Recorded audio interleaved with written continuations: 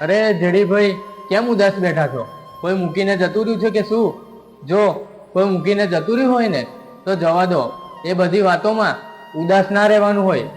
પણ ભાઈ, ઘર અને ગાડીના હપ્તા અને થોડા સમય પછી મારી બેનના લગ્ન કરવાના છે.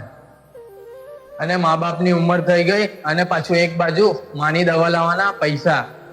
મને એ નથી ખબર પડતી કે ઉદાસની ચિંતામાં બેઠેલા છોકરાને બધા આવીને આવું જ કેમ પૂછતા હશે કે કોઈ મૂકીને જતું રહ્યું હશે એટલે જ આ હાલતમાં બેઠો હશે.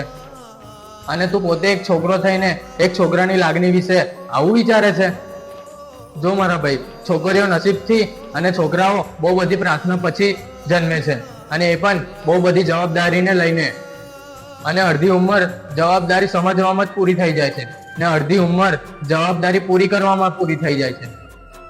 એટલે મારા ભાઈ, ઉદાસ બેઠેલા બધા છોકરાઓ આશિક નથી હોતા. સોરી જેડીભાઈ, મને તમારી વાત હવે સમજાઈ ગઈ.